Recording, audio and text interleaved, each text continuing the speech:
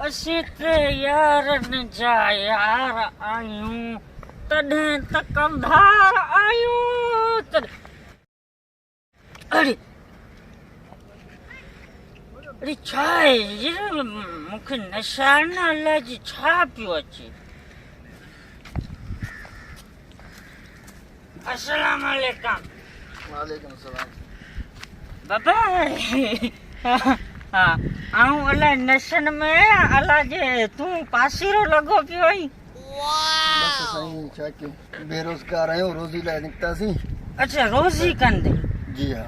ही तोखे छा थियो आहे, तूं कहिड़ी रोज़ी कंदे? बस साईं बेरोज़गारी वधी वई आहे, कान का रोज़ी कंदासीं, वांदो वेही छा कयूं।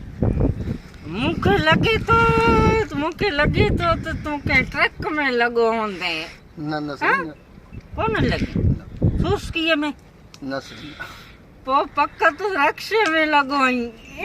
न न साईं न न, बेरोज़गारी आहे, बस निकितासीं घर खां ॿाहिरि। अच्छा त पोइ माने तोखे छा थियो आहे? बेरोज़गारी? जी हा। बेरोज़गारी मूंखे बि चेल भञी छॾी आहे, पर आऊं ईअं अञा कोन थियो आहियां।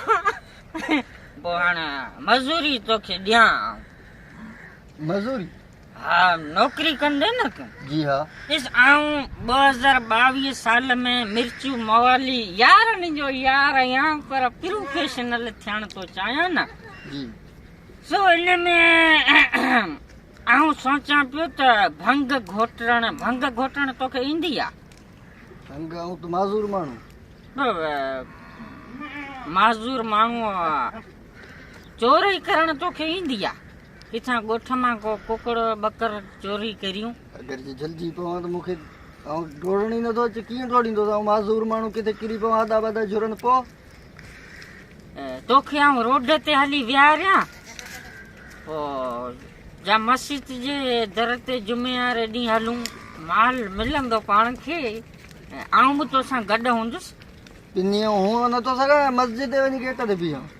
पिनण में पिनण बाबा दुनिया पई पिने। बाबा मूंखे रोज़ी करणो आहे, रोज़ी। पंहिंजे मुल्क जा वॾा कामोरा जेके उहे पिननि पिया, पाण पिननि थियो त छा थींदो? बाबा को रोज़ी वठाइजो, ॿियो को टूटी हुजे अहिड़ो को वठाइजो। मुंहिंजो हिकिड़ो यार आहे राजा रोस्तम मुंहिंजो यार आहे न। जी।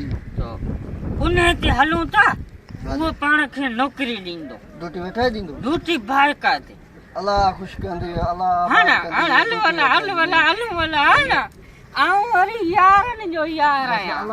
अस्सलाम वालेकुम दोस्तों, मां आजिज़ गुलाम अली पालारी। जीअं त असांजो पहिरीं प्यारो भाउ फराज़ अली रिंद साहब, हे बिल्कुलु कंहिं बि एंगल मां न माज़ूर आहे, न कुझु आहे, अल्हम्दुलिल्लाह ऐं पंहिंजो साबितो सेट आहे। ही वीडियो ठाहिण जो मक़सदु सिर्फ़ु इहो हो, सिर्फ़ु एंटरटेनमेंट जे लाइ ही असां वीडियो ठाहियो आहे। ऐं हीअ वीडियो हिकिड़ो मैसेज आहे उन्हनि दोस्तनि जे लाइ जेके माना को माज़ूर आहे असांजे ॻोठ में या शहर में या गलीअ में, त उन जी जीअं मदद थी सघे। त असांखे अहिड़ा जेके माज़ूर इंसान आहिनि उन्हनि जी मदद करणु खपे इंसानी हक़नि जे लाइ। महिरबानी दोस्तों, अगरि हीअ वीडियो तव्हांखे पसंदि आयो आहे त लाइक कंदा, कमेंट कंदा ऐं पंहिंजे दोस्तनि ताईं शेयर कंदा, ऐं असांजो चैनल आजिज़ गुलाम अली पालारी खे सब्सक्राइब कंदा त तव्हांजो महिरबानी थींदी।